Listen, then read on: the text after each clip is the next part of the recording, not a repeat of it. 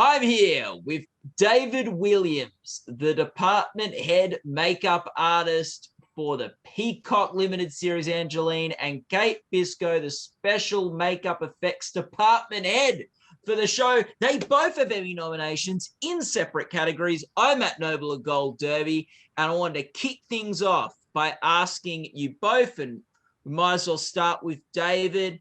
How did you turn Emmy Rossum into Angelyne from a makeup perspective?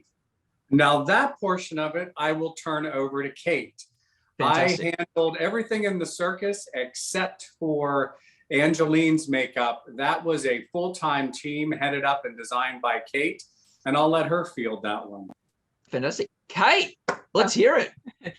How did we do it? Well, back in 2019, I met Emmy and Lucy Cherniak, who approached me with this job, and it was all very secretive, and kind of went into it going, do you actually understand, to Emmy, do you understand what this is going to take? And she was like, no, I have no idea.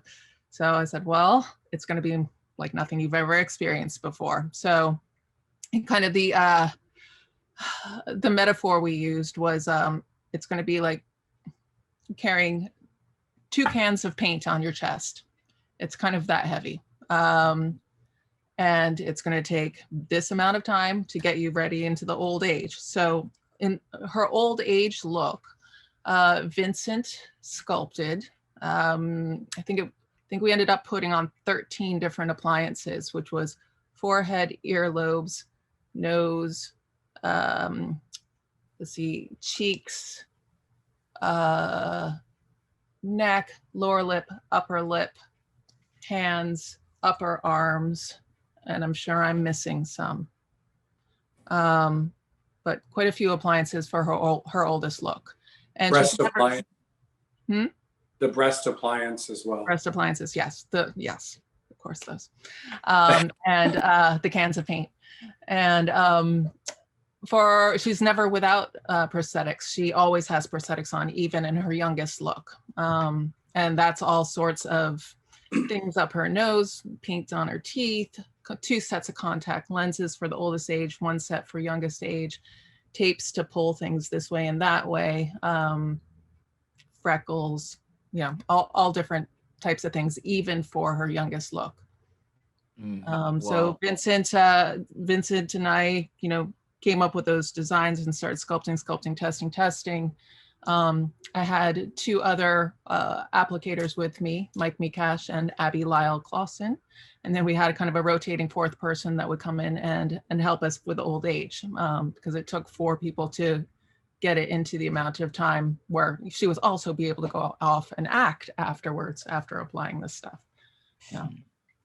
And David, what was the most important thing that you did in telling this story, and the thing that you prioritized in focusing on?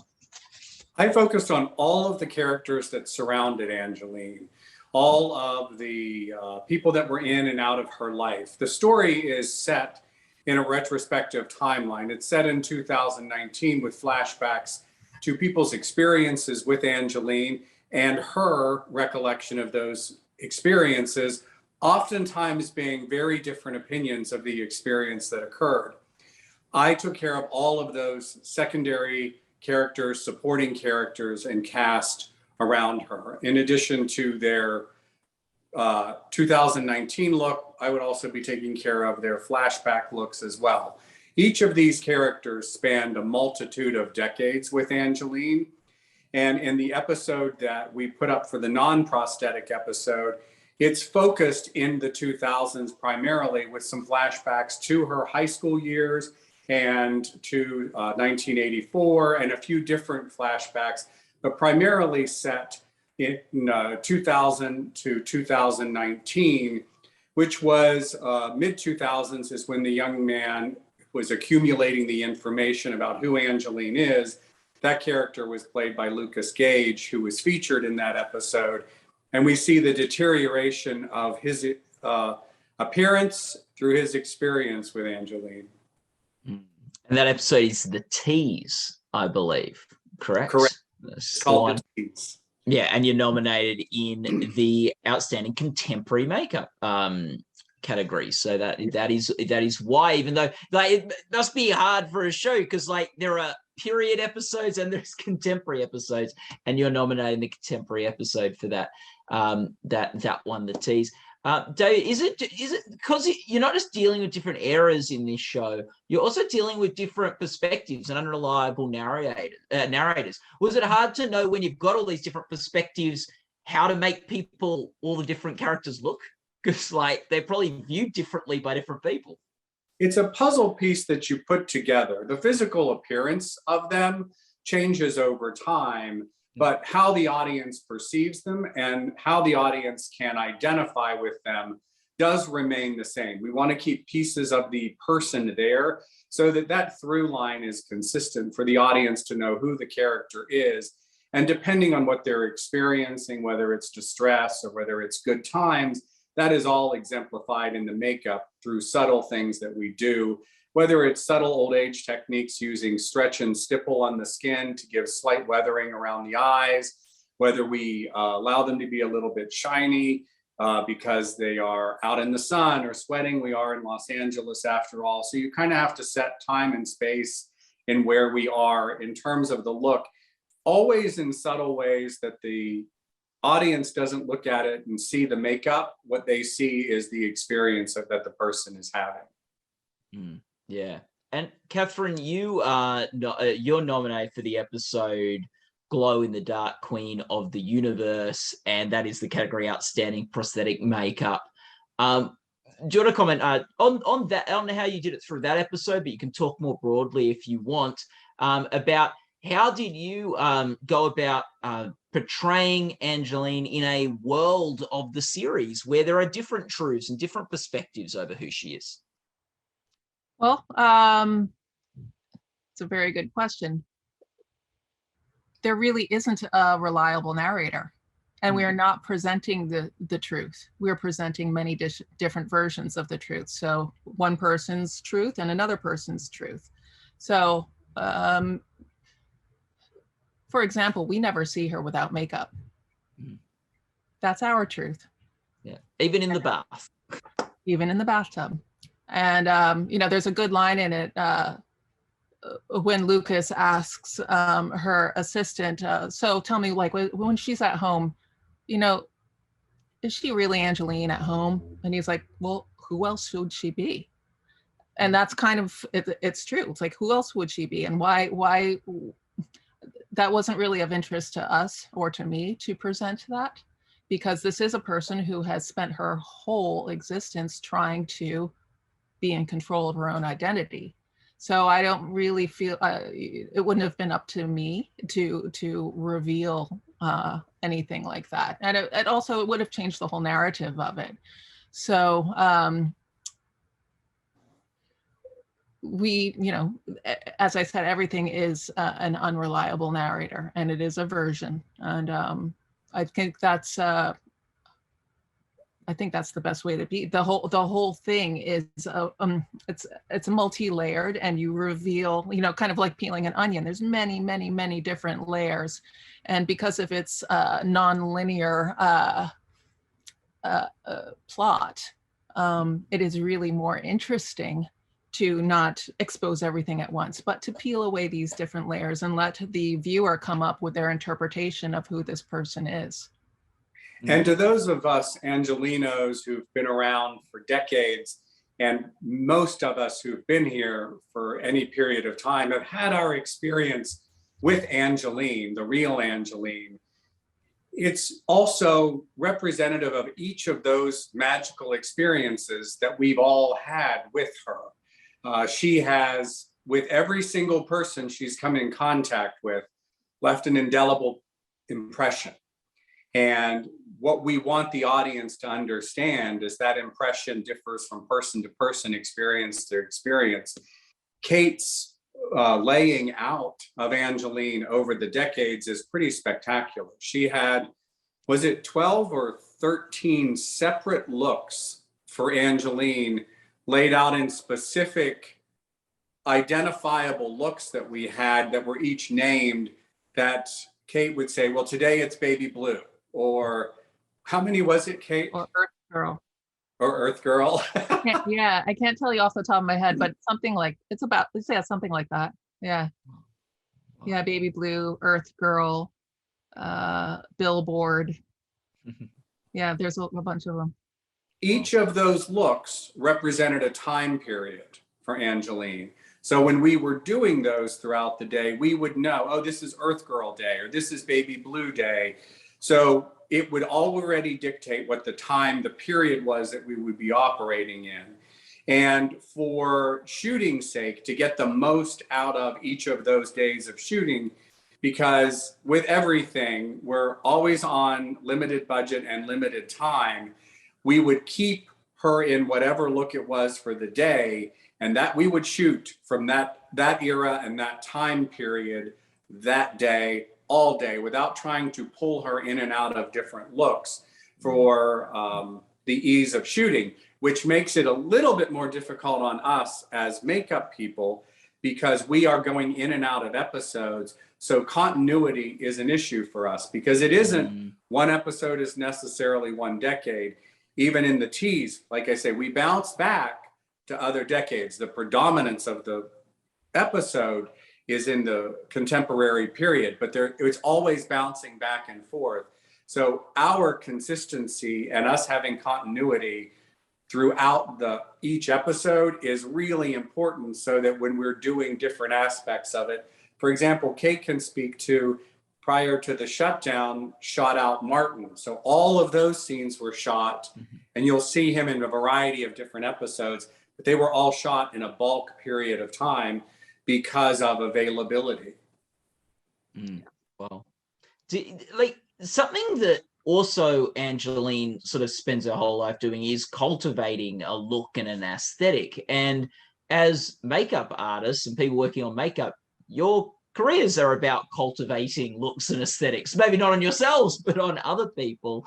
Was there anything that that was reflective for either of you about working on this story and a story of someone so focused on image and aesthetic when your role is all about making people look certain ways in film and television? Well, I had come off of this show from another show that had a very distinct aesthetic, Pam and Tommy, and then had come on to Angelyne from that. And so time period and the acute attention to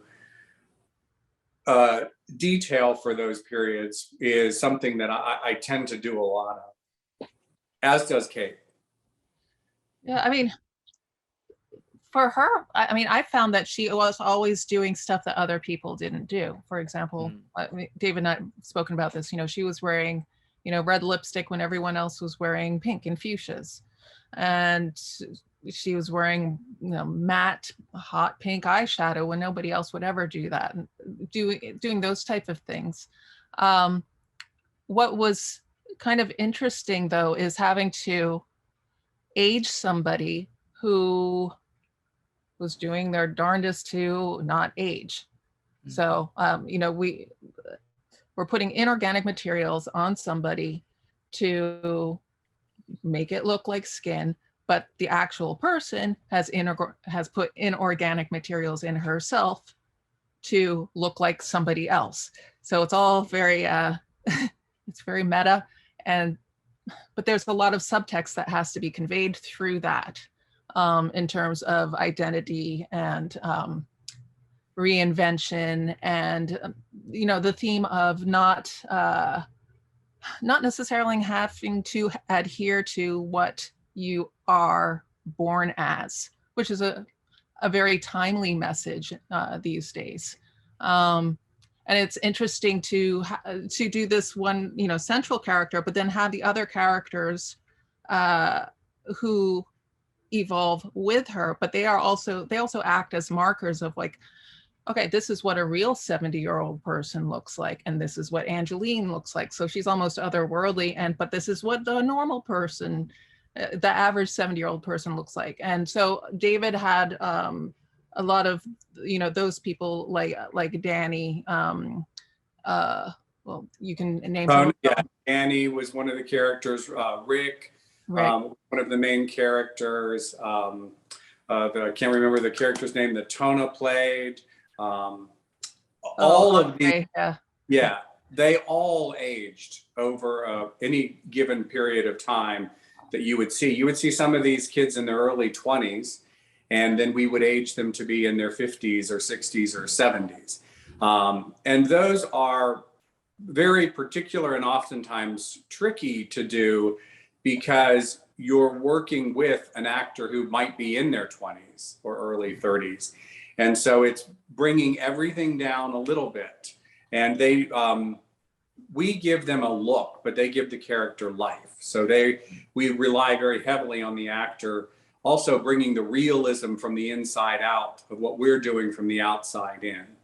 And it's interesting to watch how it does impact the actor sometimes, because you can see some work more exterior and some work more interior. You know when an actor looks in the mirror and what you've just done is going to very much impact how they carry themselves and how they act and what they do. And it's very exciting to have those moments when you see that what we do on the outside can impact how somebody actually feels or behaves or acts from the inside out. And those characters were also in my episode, Glow in the Dark Queen of the Universe. So there was Andre, Rick, Danny, and also Hugh Hefner. And Chris Burgoyne also did effects, who was with David. He and Vincent, they did an amazing job, especially on the Hugh Hefner character, who we only had for one day. Yeah.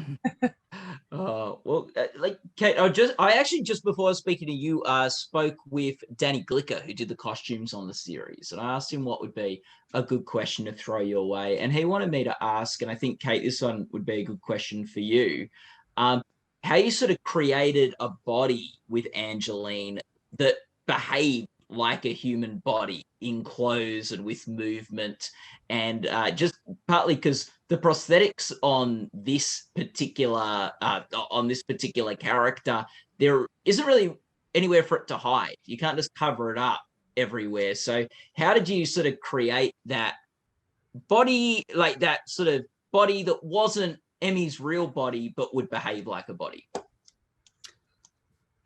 Like, how did we hide our seams? Is that the question? Yeah, I guess so. He said, I just wanted me to ask carefully. You about he said, I just wanted to ask you about your commitment to creating that body with the prosthetic makeup that would be able to behave like a body in clothes, and would yeah.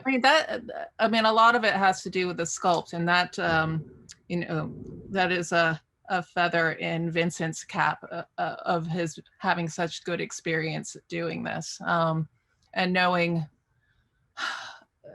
how much jiggle something should have for it to look alive. But keep in mind, it's also implants, so maybe it shouldn't have jiggle, but you still want it to look alive. So, there's a lot of testing going back and forth, and to get the right amount of the mixture of the silicone correct, so that it had the right amount of flex and wouldn't buckle too much, but had enough firmness so that it would, that it would move with Emmy, and that you could also see that there was Emmy underneath there. We weren't trying to do an exact replica, but because it has to work for Emmy, and it has to, everything that she brings to the character needs to show through all of that too. And I must say, she worked very, very hard with a movement coach to make everything look like it was part of her. So, I mean, I'd say it's definitely a team effort on all parts of trying to make everything look real. Danny, obviously, Vincent made breasts for him to make the clothes around. She had practice ones that she would move and dance in and do her exercises in while she was at home. So everybody put in quite a bit of work to make it believable. And having just done one of these shows with Pam and Tommy that had a similar aspect to it with a breastplate, without getting too far into the weeds on the technical part of it, the plasticization of the silicone, the amount of plastic versus the amount of silicone that's in it, and how the piece is cored out, and what is the piece that's put in there, whether it's a foam or what it is on the inside, to keep it from being so heavy. If it's just silicone, it's going to be extremely heavy. So it is always finding that balance between what the interior is, the amount of silicone that you need to have surrounding that, and then the plasticization of that silicone. So the parts that touch skin move with the skin and they don't buckle, which is something that we always look at when we're looking at larger pieces like that that are on skin. So I guess I did get into the weeds, but it's... Well, you didn't say what the secret ingredient was. Yeah. So, and David, I should congratulate you too, because you have also been nominated for your work on Pam and Tommy this year. So you're a double Emmy nominee. You've had 11. I think this might be your 10th and 11th Emmy nominations. It's 11, but who's counting? Who's counting? Kate, you've this is, I think, your fourth, if I'm correct, but you've won 2. David's won 1, so you're no strangers to the Emmys. Kate has an Oscar too. You have an Oscar for Vice, so congratulations, belated congratulations for that too, Kate. Guys, thank you so much for spending time with us today. All the best of luck for your respective Emmy categories and for work moving forward and other projects you're working on. People watching this interview can go to goldderby.com to make your award predictions and join the discussion in our forums. And just thanks to both of you for making time to chat with us today. Thank you. Thank you for your wonderful questions.